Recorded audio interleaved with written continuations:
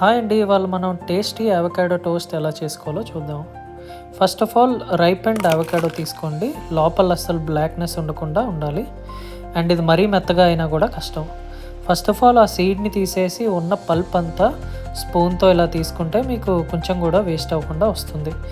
తీసుకున్న పల్ప్ని మనం ఒక మిక్సీలోకి వేసేసుకొని దాని తర్వాత కొంచెం పిస్తాస్ని తీసుకొని నటీ గ్రిటీస్ పిస్తాషియో కర్నల్స్ మాకు చాలా నచ్చాయి, ఎందుకంటే దీస్ ఆర్ అన్సాల్టెడ్.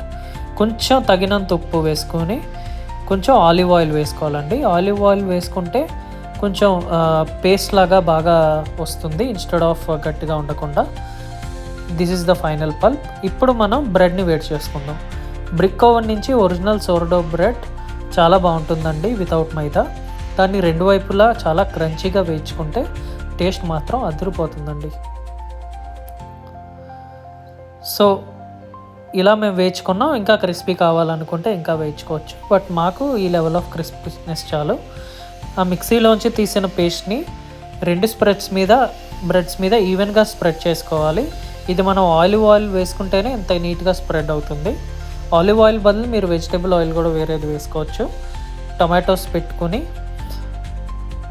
దాని తర్వాత దీన్ని రెండు భాగాల్లో కట్ చేసుకుని యూ కెన్ ఎంజాయ్. ఇది వెజిటేరియన్స్ కోసం అండి. అదే ఎగిటేరియన్స్ ఎవరైతే ఉన్నారో వాళ్ళు ఈ విధంగా ప్రిపేర్ చేసుకోవచ్చు.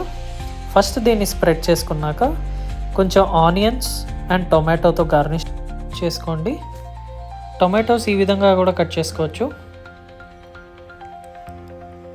దీని తర్వాత బాయిల్ చేసుకున్న ఎగ్స్ని హాఫ్ పీసెస్గా కట్ చేసుకుని ఒక 4 బాయిల్డ్ ఎగ్స్ని వీటిపైన స్ప్రెడ్ చేయండి. చూసారా, healthy avocado toast is ready for both vegetarians and ఎగిటేరియన్స్.